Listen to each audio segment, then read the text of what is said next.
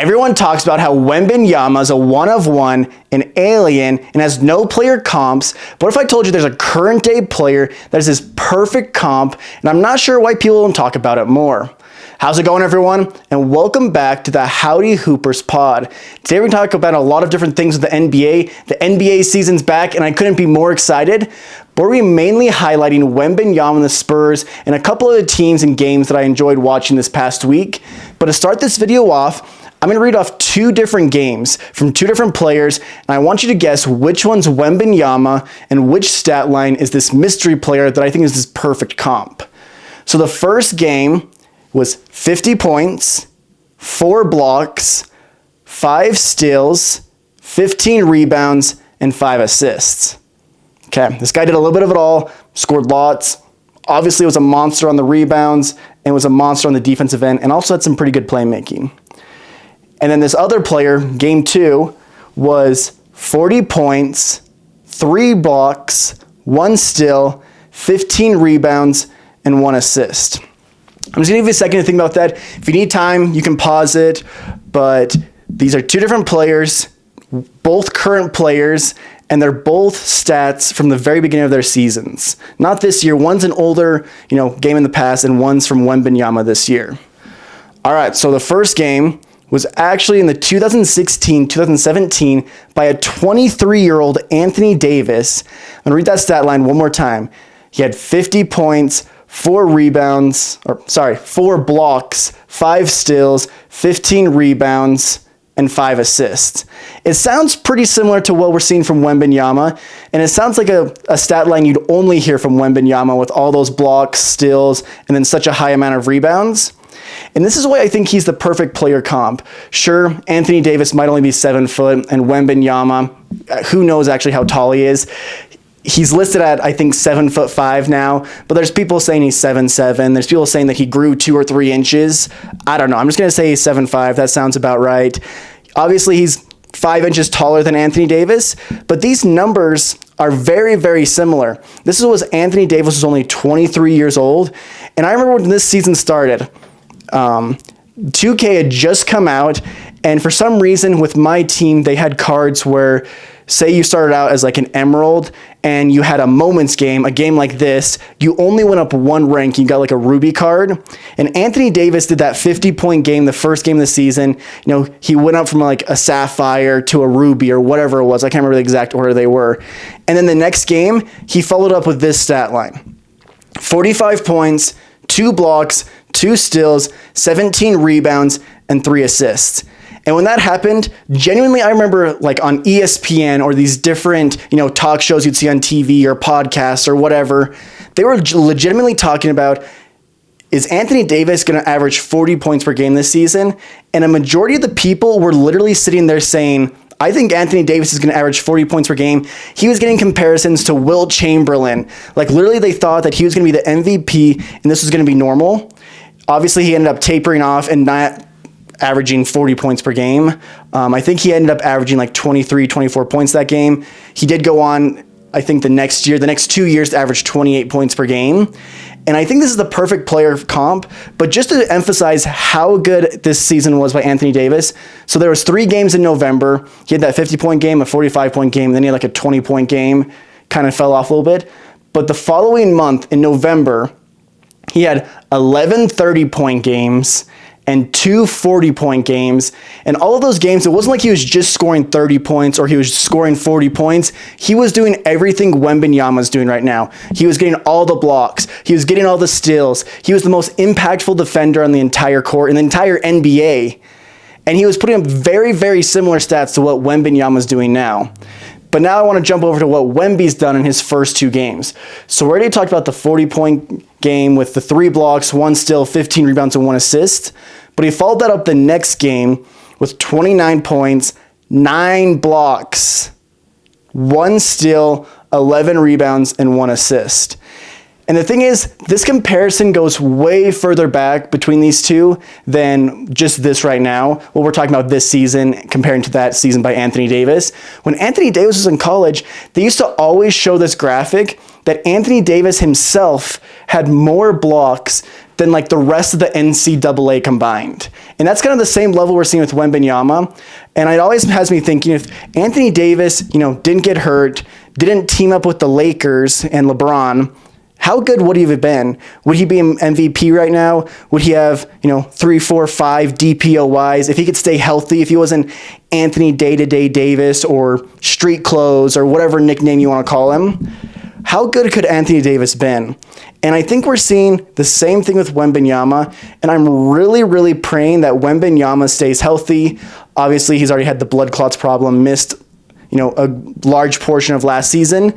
But I'm hoping we're not seeing the same thing that we saw with Anthony Davis, where this super athletic, tall player that can, be your entire team's defense gets hurt and we don't get to see exactly how good he would have been.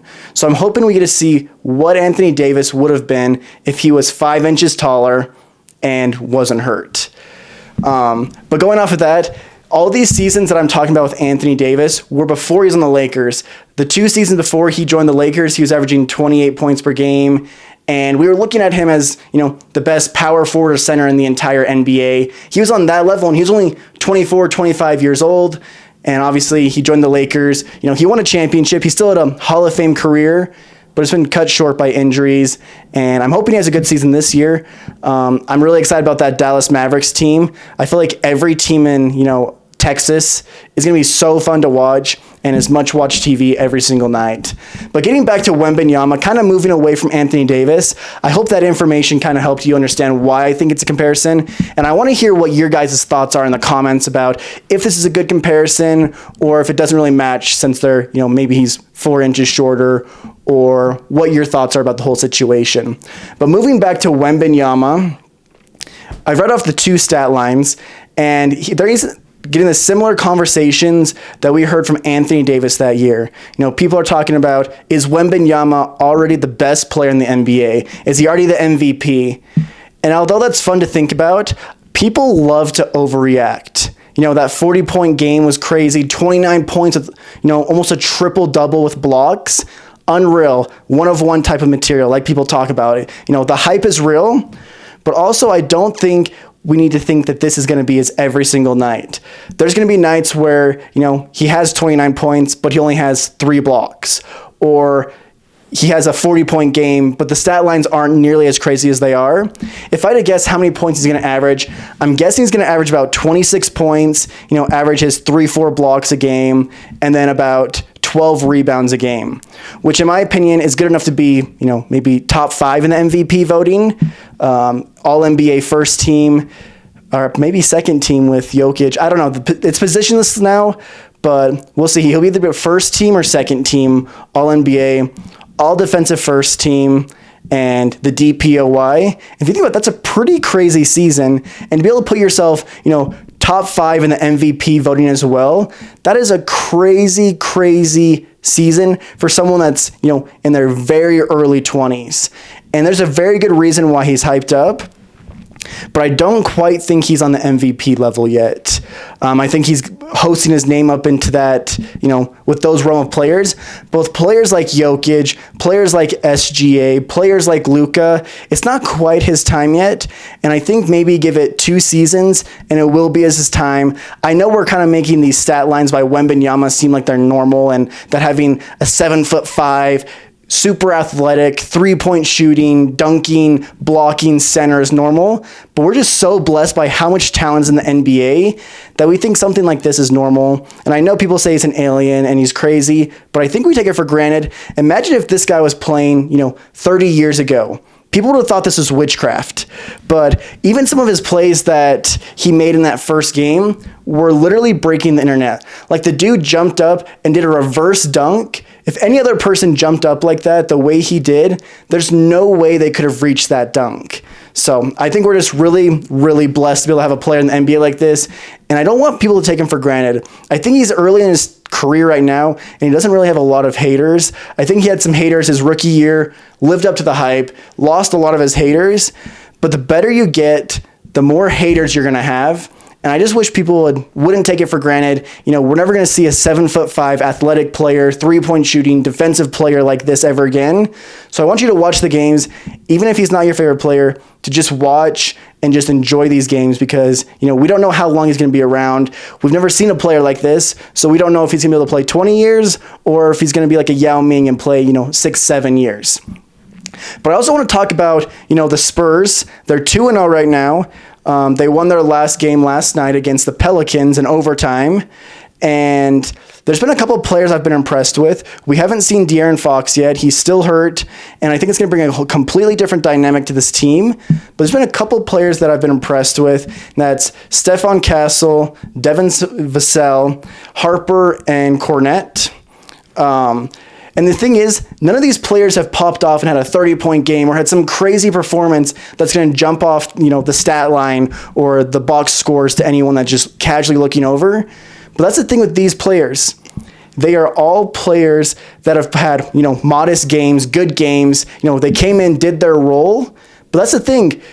These 4 players have played well in every single game so far, and it's made it so that a player like Wembanyama, who's a superstar, can come out and he's surrounded by competent players. And we see this quite a bit where, young superstars like this aren't surrounded by competent players, and, they are bad for their first couple seasons. We've seen the Spurs miss games. But also now I think we're at the point we've got, Fox to come around him. We've got all these young talent around him that are going to be able to progress with him, but also have another co-star to go with him. And I think the Spurs are much further on their timeline than a lot of people think. I'm a big Jazz fan, and I always have to bring the Jazz up every single time I talk. But I want to make this comparison real quick so people can make the connection. The Utah Jazz are kind of in a similar situation. They're just missing a Wembanyama. And the thing is, you're like, well, duh, everyone would want a Wembanyama on a team. Everyone is one Wembanyama away from making the playoffs. But the Spurs are in a similar situation that the Jazz currently are in now. And what I mean by that is the Jazz have all this young talent, this young core. They have Filipowski, they have Keontae George, they have Collier, they have Kessler, they have Ace Bailey. But I don't know if they have the guy yet. And if the Jazz are one, first-round pick or second-round pick away from having, the perfect team, just like the Spurs are, a team that can compete with the Oklahoma City Thunder with their young core. So teams like that, and I think of like the Washington Wizards as well. If they get, AJ DeBonsa this draft, I think we're going to look at them from going, oh man, they're a young team. They're kind of lost. They have no direction, to a team that's like, man, this team is the best young core in the entire NBA. And the Spurs did it right. The Spurs, they drafted all these young players. They had a couple years where they were able to get build up talent of younger players that, they weren't the guy, but they're good role players to fit with any player, or specifically with the Spurs team. And then they got Wembanyama, and then they were able to get, a couple more years of lottery picks. They were able to get Castle, and then now they're able to get Harper this year, which was, a miracle that they were able to land that pick. But this team going forward is going to be able to compete right now with De'Aaron Fox and Wembanyama and these younger players that are really good right now and still have lots of time to progress, but they're also setting themselves up for the future. I've heard a lot of people talking about if, Harper and Fox can coexist. They're having Harper come off the bench right now, which I think is, not a bad thing for a rookie. I know a lot of second overall picks necessarily don't, but they also usually don't get drafted to teams this good. So I think this is going to be one of those 2 timelines that actually work. We saw, with the Warriors, which we're going to talk about later, they didn't have the 2 timelines work out. But I think this team can, because it's only one player. It's not like, Clay, Steph, and Draymond, and then, Wiseman, Kuminga, Moody, trying to combine, 2 big different cores together. This is just, one player on a different timeline with De'Aaron Fox with this really young team. And I think we're going to see it work out. I think we're going to see, people have a lot of mixed feelings about this Spurs team. I hear a lot of people talking about how they think they're going to be the 5th seed, the 6th seed in the Western Conference. And there's some that are like, they're 1 year away. And I'm kind of somewhere in the middle. I wouldn't be surprised if they ended up with like the 5th seed, but I also wouldn't be surprised if they were the 10th seed. And the thing is with that, in the Western Conference, that can be literally 2 games. the 10th seed and the 5th seed are not separated by much. This isn't the Eastern Conference. The Eastern Conference, that'd be, 15 games. The Western Conference is so stacked, that could just be 2 or 3, 4, 5 games. So I think people have a good reason for both, but I think they'll be somewhere in between. I think they might just barely miss the play-in at the 6, or they'll be like 7, 8. But I'm excited for the Spurs team. I'm excited that all these young players are already being able to, show off their skills and be able to be a big piece of this team, while Wemby is going into his MVP years. And they're going to be able to progress with him. They're going to be able to learn to play with him, which I think was one problem that they didn't have, was they didn't know how to play with Wemby. And then Chris Paul was able to come in, and I think he helped quite a bit. I know he is old and didn't play well as you would think for someone with his big of a name. But obviously when you're 40 years old, it's kind of hard, especially when you're that type of player. He's not, a crazy three-point shooter. He's been the facilitator, and he came in, and I think he taught them a lot, which was very beneficial for this team. And now they're able to move on, and they're able to compete towards making the playoffs, and then much on beyond that. And I think they'll be able to be a team in the Western Conference that can match up with the Oklahoma City Thunder in the next couple seasons. But moving on from the Spurs, there was one other game I wanted to talk about, and that was the Golden State Warriors versus the Denver Nuggets. And I first off just want to talk about the Warriors in general, not even just about their first game. We saw Curry come out, and he scored 42 points versus the Nuggets. And I was talking to someone at work who's a really, really big Warriors fan, and you see all these players that played with the Warriors core. You see Draymond Green, you see Klay Thompson, and they are visibly older. They're visibly not as good as they were. Draymond Green's got some gray in his beard. He's not moving quite as good. Okay, he's not moving good at all, really. Not. What I mean by that, before anyone gets mad in the comments, he's not moving as well as he was, and he's kind of getting a little bit more stiff. Not saying that he's not a good player. He's still very important to this team. One of the most impactful defenders in the league. But he's not moving like he was even 4 or 5 years ago. And the same thing with Klay Thompson. Shooting never goes away for the most part, but he's not moving the same. But Stephen Curry, who's 37 years old, I believe, looks like he's still, 27, 28 years old, running around out there. And I just don't know how long this man can play for. I think he might be able to play for longer than someone like Kevin Durant or LeBron James can, just because, like I said, shooting never goes away. And I think he's going to be able to stay in shape like he is and be able to keep shooting and be a competent player for what feels like it could be another 10 years, which would be crazy seeing a 47-year-old player out there. But Jimmy Butler's played really well too. He had a really good game the other night where he had 30 points. But the player that's been the most impactful for the Golden State Warriors and made the biggest jump is Jonathan Kuminga. And I know all summer long we had this huge problem with Kuminga and the Warriors. They couldn't figure it out. And I was kind of worried that, they're going to lose Kuminga for nothing, or he's going to be disgruntled and they're going to have to trade him for basically nothing. But he actually came in and he did all the things they wanted him to. He was doing all the dirty work. He was playing really hard and made a big improvement. He was low-key there's a couple plays out there I was like, okay, Kuminga, I didn't know you had that kind of bag. But he looked really good. But my thought process is, and my hope is that he isn't just doing this, for the first 10 games of the season. I'm hoping he's doing this for all 82 games. I hope he's not doing this because he's like, all right, I'm going to play really well so the Warriors can trade me, and then I can be on a new team, and then he can go and do whatever he wants. I'm hoping this is just who Kuminga is, and maybe they do trade him, but if he keeps playing like this, they can cash out for quite a bit for him. But I hope if he doesn't get traded, that he doesn't just go, I wanted to get traded, and now just goes back to how he was before. But with this also, it kind of puts him in an interesting situation because, Kuminga's starting right now because Moses Moody isn't playing. He's injured. But what happens when Moody comes back? Do they keep playing Kuminga because he's playing well? Or do they put, Moses Moody back in the starting lineup, and does that make Jonathan Kuminga upset and make him disgruntled and they have a problem all over again? So it's going to be interesting to see how they go about that, how it, progresses throughout the entire season.